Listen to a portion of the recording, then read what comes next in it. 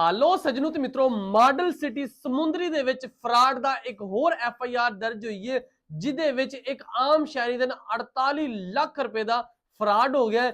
ਦੋ ਪਲਾਟ ਉਹਨਾਂ ਨੂੰ ਦਿੱਤੇ ਸੀਗੇ ਲੇਕਿਨ ਉਹਨਾਂ ਨੂੰ ਨਾ ਰਜਿਸਟਰੀ ਹੋਈ ਨਾ ਉਹਨਾਂ ਨੂੰ ਪਲਾਟ ਮਿਲਿਆ। ਕਿਸ ਤਰ੍ਹਾਂ ਸਾਰਾ ਫਰਾਡ ਹੋਇਆ ਐਫਆਈਆਰ ਦੇ ਮੁਤਾਬਕ ਮੈਂ ਤੁਹਾਨੂੰ ਦੱਸ ਰਿਹਾ ਜਨਾਬ। ਪਲਾਟ ਨੰਬਰ ਦੱਸਦਾ ਵਾਂ ਔਰ फैसलाबाद एक आम शहरी है जिन्हें जनाब अपनी एफआईआर दर्ज कराई थाना सिटी समुंदरी दे विच। लो जनाब प्लाट नंबर 162 रकबा 4 मरले ते प्लाट नंबर 165 रकबा 4 मरले 4 लाख रुपए पर मरला जनाब ये जगह लई आ। टोटल ਇਹਦੀ कीमत 48 ਲੱਖ ਰੁਪਏ ਬਣੀ।